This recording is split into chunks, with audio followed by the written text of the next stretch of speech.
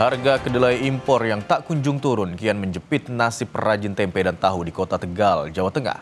Di pasar tradisional, harga tempe kini menembus Rp15.000 per kilogram.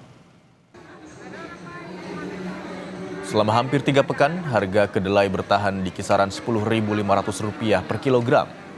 Perajin tempe terpaksa menaikkan harga demi menjaga kualitas produk. Sementara pedagang tahu memilih mengurangi ukuran agar harga tetap terjangkau. Dampaknya, penjualan menurun hingga setengahnya. Para perajin dan pedagang berharap pemerintah segera turun tangan menstabilkan harga kedelai di kisaran Rp9.000 per kilogram agar usaha tetap bertahan. Ya, untuk waktu ini naik harganya. Ada kenaikan harga ya? Iya. Yang untuk 1 kilo berapa?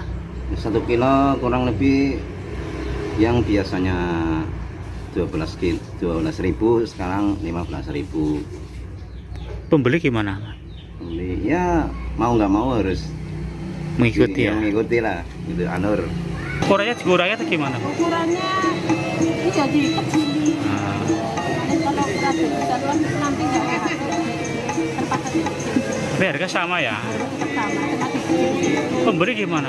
Dalam Pembeli gimana? ini ya dari si komplit ini dikecilin tapi ya gimana lagi Pak? Biar ada hasilnya. Kalau penjualan gimana Bu? Jualan bagus.